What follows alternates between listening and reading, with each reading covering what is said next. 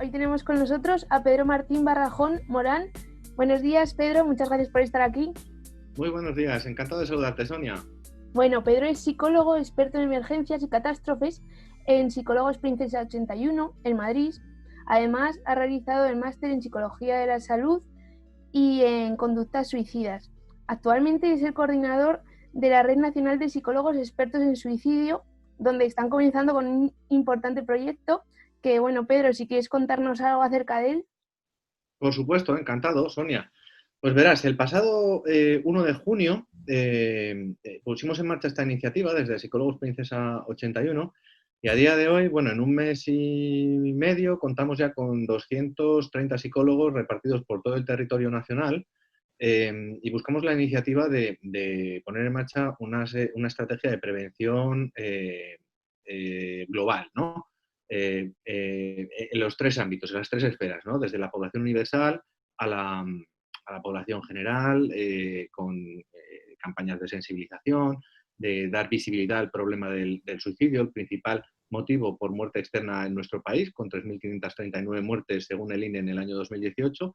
Luego queremos hacer también labores de prevención selectiva, que iría más destinada a colectivos vulnerables, pues, adolescentes, LGTBI, ¿no? Y poblaciones de riesgo. Y por último, población indicada. ¿Y qué quiere decir esto? Pues personas que ya han tenido algún intento previo, personas con ideación suicida, y que es más, es afinar un poco más, ¿no? Iría más destinado a un colectivo específico de profesionales que serían los psicólogos de emergencias, ¿vale? Entonces, desde el año 2013, como sabes, se vienen desarrollando distintas iniciativas, distintas intentonas de poner en marcha un plan nacional de prevención del suicidio sin éxito, Sonia. Y en estos 7 años, si calculamos, pues cerca de 28.000 personas han muerto por suicidio y sigue sin existir un plan nacional de prevención del suicidio, ¿no? Entonces, desde Psicólogos Princesa 81 hemos puesto en marcha esta iniciativa, estamos haciendo una labor de reclutamiento a lo largo y ancho del territorio nacional para intentar sumar fuerzas y aunar esfuerzos por la prevención del suicidio, ¿no? También queremos contar con las asociaciones de supervivientes, pues APSAS en Gerona, el Teléfono contra el Suicidio en Madrid, que es de ámbito nacional, por supuesto, la Sociedad Española de Suicidología, el proyecto INSIS de prevención del suicidio en las redes sociales para los adolescentes y manejo de nuevas tecnologías y prevención de las autolesiones. Estamos desarrollando un programa bastante global, multidisciplinar, y para abordar el tema del suicidio en esos tres ámbitos, ¿no? Bueno, y ahora aprovechando tu especialidad, me gustaría comenzar a hacerte algunas preguntas. Uh -huh. Y bueno, en primer lugar, ¿podrías contextualizar el problema actual del suicidio a nivel nacional y a nivel mundial? Sí, por supuesto. Pues mira, a nivel mundial se estima que existen cerca de 900.000 muertes por suicidio en el mundo al año. Sin embargo, ya la propia Organización Mundial de la Salud, Sonia, advierte que entre un 10 y un 30% de esas muertes no son computadas, ¿no? Y es que hay países pues, que tienen unos registros menos fiables y no se puede contar con esos datos, vaya, entre un 10 y un 30%. Así que yo creo que las cifras más aproximadas rondan en torno al millón, entre el millón y el millón y medio de muertes, ¿no? Hasta el pasado mes de mayo, la Universidad de Johns Hopkins ha publicado hace poco que en el mundo era el principal motivo de muerte por causa externa por encima de las guerras, de las epidemias y de los homicidios. Y digo hasta mayo, evidentemente por la aparición del COVID, ¿no? De la situación actual por la que atravesamos. Entonces, a nivel mundial, 2.000 muertes al día. Pero es que por cada muerte por suicidio hay al menos 20 intentos. Esto significa que al año al menos 40.000 personas, perdona, al día al menos 40.000 personas intentan suicidarse en el mundo, ¿no? Si vamos a nuestro país, si estas cifras son escalofriantes, si vamos a nuestro país, pues las últimas cifras del INE reflejan esas 3.539 muertes al año por suicidio, ¿vale? Que, sin embargo, bueno, pues resulta que por fallecimientos por causas externas, que son cerca de 12.000 fallecimientos en total, verás. Y esto te va a invitar también a la sospecha, como mínimo, ¿no? Hay muertes por ahogamiento, sofocación o envenenamiento accidental, que es un poco raro, ¿no? Compartirás conmigo. Muertes por otros accidentes, vete tú a saber, ¿no? De hecho, de las 2.000 muertes que hay anuales aproximadamente por accidentes de tráfico, un 5% manifiesta a la Guardia Civil que son suicidios, ¿no? Porque al hacer la investigación, bueno, pues no había un frenazo, la persona iba sin el cinturón de seguridad, por ejemplo, le había dejado una nota de despedida y había decidido quitarse la vida así, ¿no? Un 5% al menos de los accidentes de tráfico. Esto significa que estas 3.539 muertes en nuestro país, por compararlo con otros motivos de fallecimiento, Sonia, son el doble de las muertes en nuestro país por accidentes de tráfico y más de 70 veces más que las muertes por violencia de género, ¿vale?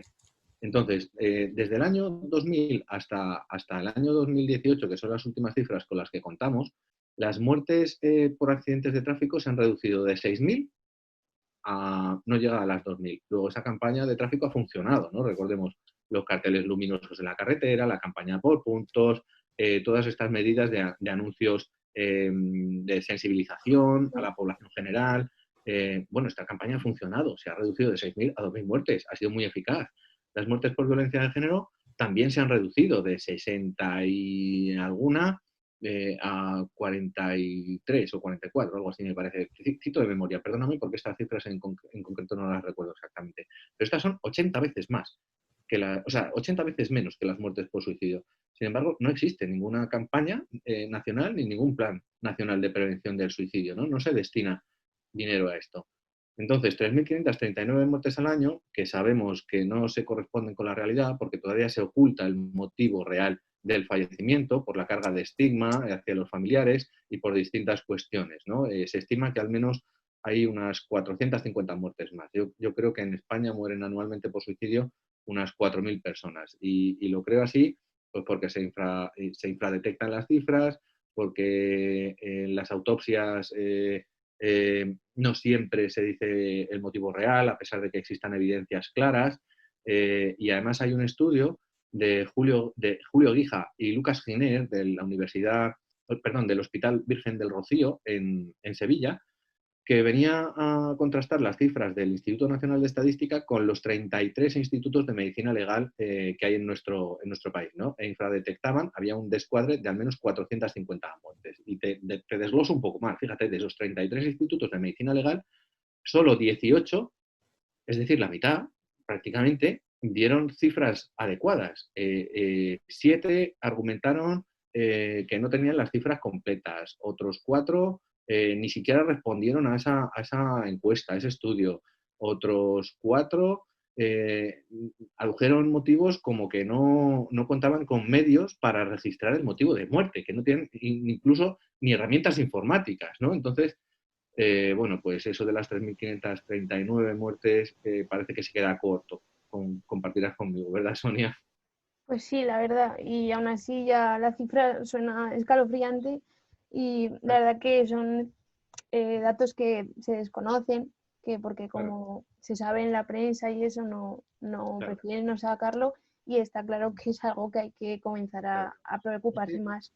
fíjate, al día en nuestro país mueren 10 personas por suicidio y al menos 200 lo intentan. 10 personas por suicidio. Esto significa, en un solo día, esto significa que cada 2 horas y media hay un suicidio en nuestro país y cada 7 minutos y medio se produce una urgencia médica por un intento de suicidio. Cada 7 minutos y medio. Esto es muy grave. Esto es muy grave, por supuesto. Sí, la verdad que cuesta imaginárselo. Mm, Es, es muy grande lo que está ocurriendo. Vale, mm. y ¿cuáles serían los principales mitos que interfieren en la prevención del suicidio? Pues mira, actualmente yo creo que tanto en profesionales como en la población general, ¿no? Actualmente se considera el suicidio como una manifestación de una enfermedad mental, ¿no? Es como, pues estaba mal de la cabeza, esto lo escuchamos con mucha frecuencia, ¿no? Pues no sé quién se ha suicidado, pues estaba mal de la cabeza. Y las primeras preguntas que surgen a los familiares son, ¿tomaba medicación? ¿Estaba en tratamiento? ¿Y no lo habéis visto venir? ¿No? Esa serie de preguntas desafortunadas, ¿no? Y es que la atribución de el suicidio a una enfermedad mental es bastante reduccionista. Sin embargo, atribuirlo a la enfermedad mental ahora mismo nos deja mucho más tranquilos. Se ha considerado esa explicación no solo como verdadera, sino como también beneficiosa. Y me explico. Verdadera, pues porque parece que, y beneficiosa tanto para la población general como para los propios pacientes, ¿no? Como estaba mal de la cabeza, pues ya está, ¿no? Entonces, ahora mismo en nuestro país y en muchos países en general, ¿no? Ya no se considera a la persona que se suicida como un sádico, como un malvado, como una persona cruel, perversa, ¿vale? Como a lo largo y ancho de la historia de la humanidad. Recordemos, tú eres jovencita, pero hasta 1983 en España, desde el siglo VI, desde el año 550 aproximadamente, la Iglesia censuró y condenó el enterrar a las personas que habían fallecido por suicidio en el Campo Santo y les privaba de los rituales funerarios. No se podía hacer un funeral a alguien que se hubiese suicidado, ¿no? Incluso a los familiares o al que lo hubiese intentado se le prohibía ser el padrino en la boda o en los bautizos, ¿no? Por este motivo. Entonces, la Iglesia siempre ha perseguido esto en nuestro país y hasta 1983 se prohibía enterrar a alguien que se hubiese suicidado en el Campo Santo y se le prohibía celebrar los rituales funerarios, ¿no? Entonces, un mito o algo que no se ajusta a la realidad es atribuirlo a la enfermedad mental, ¿no? Porque hasta el 50% de la población, y este dato es muy significativo, hasta el 50% de la población experimentará tendencias suicidas entre moderadas y severas a lo largo de su vida. El 50% de la población. Entonces, atribuirlo a la enfermedad mental, por una parte, nos deja más tranquilos, pero por otra parte nos impide avanzar en la prevención del suicidio y vamos a seguir dando vueltas en una ruleta como un hámster. Vamos a seguir sin avanzar porque, tal y como comprobamos en los servicios de emergencia, de forma diaria, se suicida mucha gente que no tenía un trastorno mental, ¿vale? Entonces, se les sigue considerando un loco a la persona que se suicida o que tiene conductas autolíticas, ¿no? Cuando, repito, el 50% de la población tendrá tendencias suicidas entre moderadas y severas a lo largo de su vida, ¿no? Sí, sigo viendo que las cifras son muy altas en todo lo que ronda este tema. Claro. Y en esas personas que digamos que sí que han tenido una enfermedad mental, ¿cuál es la relación entre las enfermedades mentales y el suicidio en las personas que sí que sucede?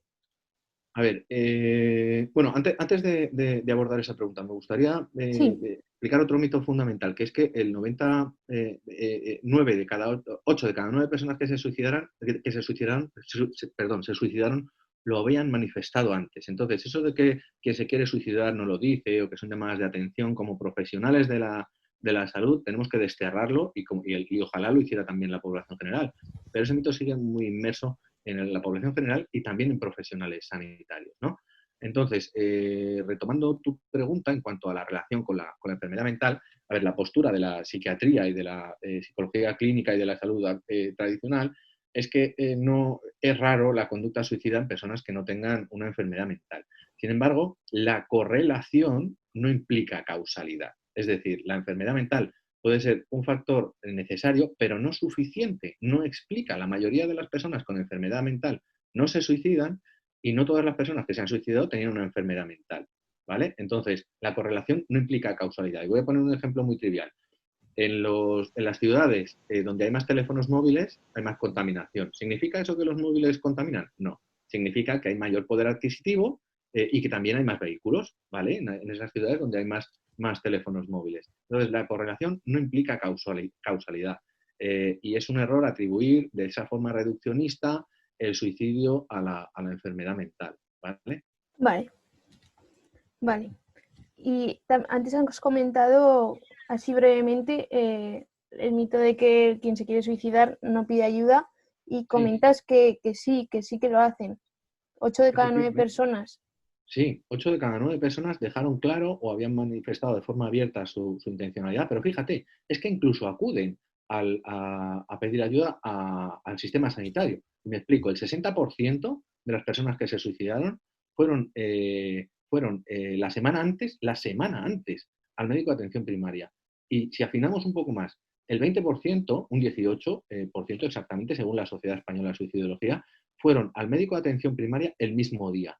Es decir, el mismo día que decidieron terminar con su vida, fueron a pedir ayuda al médico de atención primaria. Sin embargo, a ver, no siempre la demanda manifiesta es tan explícita como me quiero suicidar, ¿vale? Sin embargo, en este colectivo específico, en este ámbito específico de la prevención del suicidio, que es el contexto de la atención primaria, pues fíjate, es que el 40% de los médicos de atención primaria desconoce los antecedentes suicidas, entre un 1 y un 10% de la gente que tú y yo nos encontramos cuando vamos al médico de cabecera tienen ideación e intencionalidad suicida. Sin embargo, pues por cuestiones de agenda, por falta de formación o por no saber preguntar, no se detecta. Y esto es un problema serio, ¿no? La ideación suicida, por ejemplo, en personas mayores, se enmascara o la depresión se enmascara tras motivos de consulta como dolores físicos, ¿no? Cuando además persiste esa idea, está ahí, pero una persona mayor va al médico porque tiene dolores físicos y no habla de su depresión ni de su ideación real, ¿no? Vale, de acuerdo. O sea que hay que ser buenos profesionales y prestar importancia a aquellos factores que pueden decir que hay riesgo. Claro, y Y preguntar, ¿no? sí, Preguntar. A los profesionales nos dan mucho miedo en consulta preguntar, oye, ¿qué quieres decir con eso de que tiras la toalla? Oye, ¿has pensado alguna vez en quitarte la vida? Y en cuanto a una entrevista se torna un poco pues, más psicológica, igual se sueltan cosas como, no estarás pensando en ninguna tontería. Y se acabó la entrevista, porque para ellos no es ninguna tontería, por supuesto. vale. ¿Y cuáles serían los principales factores de riesgo en la población general? Mm. A ver, hay factores precipitantes específicos por grupos de edad, ¿no? Por ejemplo, los adolescentes, el descubrimiento y no aceptación de la homosexualidad, el bullying, todo lo que tenga que ver con maltrato intencionado provocado por la mano del hombre, pues el abuso sexual, el maltrato, la violencia doméstica. En el caso de los adolescentes, pues la falta de sentido de pertenencia, la exclusión, en estos casos de acoso, el bullying es un problema también serio en nuestro país. En la población más mayor, en la población adulta, pues tiene que ver como factores precipitantes. Ahora voy a los factores de riesgo. La población adulta tiene que ver a ver, perdón, este es importante, los adolescentes, los embarazos prematuros y las rupturas sentimentales en esa época de la vida afectan mucho también. En los adultos, pues tiene que ver con la pérdida de estatus, con la ruina económica, que tiene bastante relación ahora con el tema del COVID, los ERTES, la incertidumbre económica. Sin embargo, habrá voces que se pronuncien diciendo que efectivamente que el COVID ha provocado no sé cuántos suicidios. Eso no es verdad, porque el suicidio es un fenómeno multicausal, ¿no? Igual que anteriormente se ha intentado atribuir a la crisis económica, a los desahucios, eso es otra mentira como un piano. Eso no es verdad. A ver, en nuestro país el número de suicidios se ha mantenido relativamente estable desde el año 2000 hasta el año 2018 y ha habido momentos en los que no había recesión económica. Entonces se ha mantenido relativamente estable y no se puede echar los muertos a la cara de ningún partido político, ni tampoco a los desahucios, por ejemplo. Mucha gente que se ha suicidado no está en situación de desahucio y mucha gente en situación de desahucio no se ha suicidado. Así que de la misma manera que no se puede atribuir a un solo factor, como es el COVID, tampoco a la crisis económica, tampoco a factores como la climatología, ninguna cuestión así, ¿no? Entonces, siguiendo con los factores precipitantes, en los adultos, pues la ruina económica, la pérdida de estatus, el debut en una enfermedad mental, por ejemplo, las separaciones traumáticas, la viudez, sobre todo en los hombres el primer año, ¿vale? Puede ser un precipitante serio. Y en los mayores, pues, por ejemplo, la desesperanza, el no ser capaces de imaginarse un futuro mejor. Imagínate a alguien que ya está deteriorado por el paso de los años, con una enfermedad, la artrosis, la artritis, tiene dolores crónicos y se da cuenta de que su vida no solo no va a ir a mejor, sino que va a ir a peor, ¿no? La falta de sentido de pertenencia, el efecto ping-pong, ¿no? Cuando los hijos se reparten o distribuyen o pululan los abuelos por casa de los hijos que se encargan por temporadas de cuidar de ellos, ¿no? La viudez en los mayores es un precipitante serio. Eso como factores un poco por encima, precipitantes por grupos de edad. Pero luego, factores de riesgo generales en la población general, bueno, pues por ese orden podríamos decir que los intentos previos. Y fíjate qué cuestión tan importante, Sonia, porque todo lo que se practica se perfecciona y el principal factor de riesgo de que alguien vaya a morir por suicidio es que lo haya intentado antes, ¿vale? Ese es el principal. Entre un 50 y un 80%, según algunos estudios, de personas, un 50 y un 80% de personas que se suicidaron tenían intentos previos. Luego, lejos de desaparecer el riesgo, esto es algo que aumenta exponencialmente el peligro de que alguien termine con su vida, ¿vale? Los intentos previos. El trastorno mental también es un factor de riesgo importante. El ser varón, porque 3 de cada 4 suicidios consumados tienen lugar por parte de varones, ¿vale? Los varones empleamos métodos más letales, y parece que somos más eficaces en cuanto al suicidio consumado que las mujeres. 3 de cada 4 suicidios en nuestro país, y a lo largo y ancho del mundo de la misma manera, salvo en China y Bangladesh, donde la cifra se invierte, ¿vale? Pero de cada 4 suicidios, 3 tienen lugar por parte de varones. Entonces, el ser varón, la desesperanza, como decíamos antes, que puede ser propia de una enfermedad mental, pero también de una enfermedad física, ¿no? El diagnóstico de una esclerosis múltiple, de un cáncer terminal, en su día del VIH. El diagnóstico de VIH era algo que precipitaba el paso al acto, al suicidio, ¿no? La desesperanza, ¿no? La ausencia de apoyo social, y esto es el principal factor de protección. Sonia, fíjate, en el contexto penitenciario, lo que hacen con un preso, porque es un precipitante serio, cuando la gente entra en prisión y se da cuenta de lo que se le viene encima, aumenta el riesgo de suicidio y suele tener que ver con las primeras horas o los primeros días de ingreso en una institución penitenciaria. Entonces, el apoyo social, que en prisión se compensa pues, poniendo un preso sombra, que se llama alguien a compartir celda, o en instituciones psiquiátricas, se pone a otra persona con enfermedad a compartir habitación. Y es que fíjate, el 73% de los suicidios en el contexto penitenciario se producen en celdas individuales. Esto es bastante significativo, ¿no? En celdas individuales. Entonces, hemos dicho intentos previos, trastorno mental, ser varón, desesperanza, ausencia de red de apoyo, de apoyo social, aislamiento, ¿no? Y yo diría que en sexto lugar, la presencia de ideación suicida. Y fíjate, en sexto lugar, porque la ideación predice muy poco la muerte por suicidio, solo un 1,7%, porque, como hemos visto antes, muchísima gente lo piensa a lo largo y ancho del mundo, todos los días, pero esto no significa que lo vayan a hacer, ¿vale? Vale, pues nos quedamos con estos 6 factores que has nombrado, que hay que prestarles atención. Y yo quería preguntarte, a veces podemos oír a familiares, a compañeros, amigos que quizá dicen, no tengo ganas de vivir, es que ya no encuentro sentido a la vida. ¿En qué punto hay que tomárselo en serio y decir a una persona que pida ayuda? ¿O se dice por decir? ¿En qué punto hay que cómo se sabe si es de verdad? Eso es. Mira, el manifestar de forma directa o indirecta una posible ideación suicida siempre debería invitarnos a preguntar, porque esto es otro de los mitos que giran en torno al suicidio, que hablar sobre el suicidio induce al suicidio. Vamos a ver, igual que hablar sobre la yihad no induce al yihadismo, hablar sobre el suicidio tampoco, ¿vale? Entonces, yo recomendaría a todo el mundo que preguntase, oye, ¿qué quieres decir con que tiras la toalla? Porque no vamos a inducir esa idea y puede que sea la única, pero también la última ocasión que tenemos de ayudar a esa persona, porque no sabemos cuándo tiene pensado hacerlo. Entonces, yo preguntaría de forma progresiva, ¿no? Oye, ¿qué quieres decir con esto de que tiras la toalla? ¿Qué quieres decir con esto de que no vales para nada? ¿Qué quieres decir con que no puedes más? Y sondearía, oye, ¿alguna vez has pensado que sería, que te gustaría dormir y no volver a despertarte nunca más?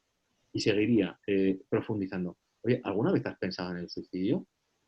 Y si voy obteniendo respuestas positivas, yo preguntaría, una de las primeras preguntas es ¿cuándo? ¿Cuándo tiene pensado hacerlo? ¿No? Porque hablar de planes suicidas no significa nada. ¿Tienes un plan? Eso no significa nada. Pero si la persona sabe cuándo lo haría, ¿vale? Tiene una fecha emblemática, pues porque es cuando falleció su padre o cuando, ¿no? Y ya tiene pensado cuándo. Si sabe dónde lo haría, pues en mi casa, y además tiene ha pensado en alguna precaución para evitar ser rescatado, ¿vale? Para evitar que alguien lo encuentre. Pues no es lo mismo tomarte un bote de pastillas por la tarde antes de que vuelva tu marido de trabajar, que irte a un pinar perdido a última hora de la noche, donde la oscuridad va a entorpecer que te encuentren, donde te encuentras lejos de tu domicilio, y ese periodo de rescatabilidad, que es otro factor para evaluar el riesgo o la intencionalidad firme de suicidio, de 3 horas, donde van a pasar más de 3 horas para que te encuentren, esto es algo importante. Pero es que preguntarle a alguien si tiene un plan no significa nada, Sonia. No significa nada, pero saber si lo tiene planeado o no significa saber cuándo tiene pensado hacerlo, dónde tiene pensado hacerlo, cómo tiene pensado hacerlo. Porque te puedo decir, con pastillas, bueno, ¿qué pastillas? Porque no todas son letales. Puede que no disponga de ellas y que lo diga pues como el que dice que mañana va a llover. Sin embargo, no se puede desestimar el riesgo, porque nos puede decir, pues desde el puente no sé qué. Y eso no significa que haya estado acumulando pastillas, que haya estado practicando a a realizar distintos nudos para acabar con su vida, o que se haya hecho con armas de fuego, o haya ido atesorando o acumulando el método, preparándolo progresivamente hasta finalmente llevarlo a cabo. Entonces, ¿cuándo tiene pensado hacerlo? ¿Dónde tiene pensado hacerlo? ¿Por qué quiere hacerlo? ¿Y cómo quiere hacerlo? Eso es un plan suicida, ¿no? Y cuantas más preguntas positivas recibamos, cuantas más respuestas positivas recibimos a estas preguntas, pues más riesgo hay, por supuesto. Y sobre todo, si hay intentos previos, el riesgo se multiplica, sin duda. Vale, entonces tomo nota para cualquier profesional que pueda tratar con estas personas, perder el miedo a preguntar y darle importancia porque incluso puede salvarle la vida a esa persona, ¿no?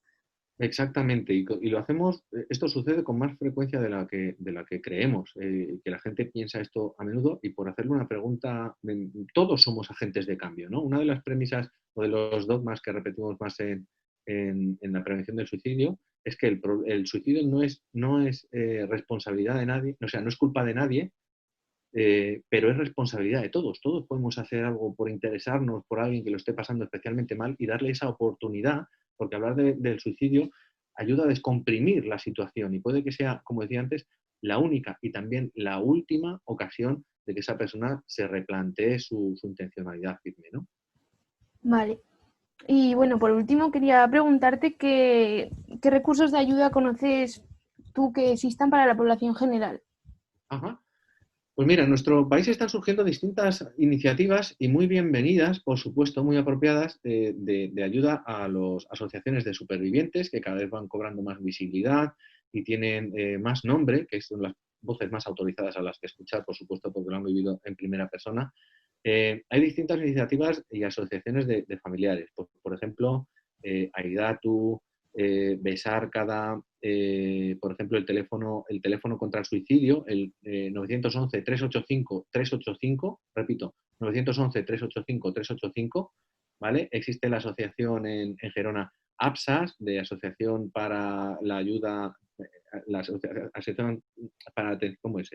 Asociación para la Prevención del Suicidio y Ayuda al Superviviente, APSAS. Existe DESAS en Barcelona, existe Biciraun, existe, en definitiva, hay muchas, AFASIB en Baleares, hay muchas iniciativas a lo largo y ancho del país y sobre todo hay una aplicación para el móvil gratuita que yo recomiendo a todos los profesionales de la salud mental, pero también está destinada a personas en riesgo y a familiares preocupados por alguna persona que esté en riesgo suicida, ¿no? Que se llama Prevensuic, de prevención del suicidio. Prevensuic es una aplicación gratuita para el móvil donde se ofrece un plan de seguridad para personas que están en riesgo suicida, donde además muy guiado y estructurado, donde aparece información para los familiares que están preocupados por alguien que pueda cometer suicidio y donde aparecen incluso tomas de decisiones para los profesionales respecto a cómo ayudar a alguien que presenta ideación suicida. Prevensuic se llama esa aplicación, por supuesto. Y luego hay un grupo de psicología de urgencias y emergencias en Facebook que coordino yo mismo, donde todos los días publico información útil sobre la prevención del suicidio para profesionales. Hemos publicado un algoritmo de intervención telefónica para atender a personas en riesgo suicida con conductas suicidas en curso, sobre cómo actuar y cómo manejar esas situaciones. Se llama Psicología de Urgencias y Emergencias, Madrid, Psicólogos Princesa 81. Y ahí hay muchísimo material, vídeos, documentales, tesis doctorales, está este algoritmo de atención telefónica, de descarga gratuita, por supuesto, y a disposición de toda la población, faltaría más. Vale, pues muchísimas gracias. Me he dado cuenta yo también de que hay muchos más recursos de los que conocía. Se Sí. conoce, pues, digamos, los más típicos, el teléfono de la esperanza y eso, pero hay muchísimo y cualquier persona que vea este vídeo y necesite ayuda se dará cuenta de que puede contar con vosotros y con muchas más personas. Por Bueno, supuesto, Pedro, Sofía. pues muchísimas gracias por toda esta información. Creo que es de gran utilidad y es una entrevista que cualquier persona que la vea podrá aprender un montón, como he aprendido yo contigo. Y Uh-huh. bueno, no sé si quieres añadir algo más. Pues me gustaría, primero, recordar un mantra que seguimos en la prevención del suicidio, que tiene mucho que ver con la situación actual, que nos dejó Edwin Sneijman, uno de los principales precursores de la prevención del suicidio, el primer creador del teléfono de atención psicológica a personas en riesgo de suicidio en Estados Unidos. Fue el autor del método de la autopsia psicológica, porque le encargaron la autopsia psicológica de Marilyn Monroe, y creó el Centro Nacional de Investigación en Estados Unidos sobre la conducta suicida. Y Sneijman nos decía que el suicidio a menudo es un problema, es una solución definitiva a lo que en ocasiones es solo un problema temporal. Y esta crisis del COVID también es un problema temporal, también saldremos de ella y creo muy oportuno recordarlo. Y por otra parte, si alguien en especial riesgo ve este vídeo, me gustaría recordarle una de las enseñanzas que me ha dejado mi amiga Ana Canet de la asociación APSAS en Gerona, dirigida a personas en riesgo de suicidio. Y es que nos recuerda, no digas que no puedes, di que todavía no sabes cómo salir de la situación por la que atraviesas. Pero no es cierto que no puedas, sino que todavía no sabes cómo. Y por mi parte, Sonia, pues nada más. Ha sido un placer colaborar contigo. Un gustazo, por supuesto, aquí me tienes a tu disposición, contáis con un amigo y con alguien especialmente comprometido con la prevención del suicidio. Espero que sigamos en contacto. Muchísimas gracias por tu confianza y te mando un abrazo enorme, por supuesto que sí. Muchas gracias, Pedro. Esperamos poder volver a contar contigo. Ha sido un placer. Igualmente, un abrazo, Sonia.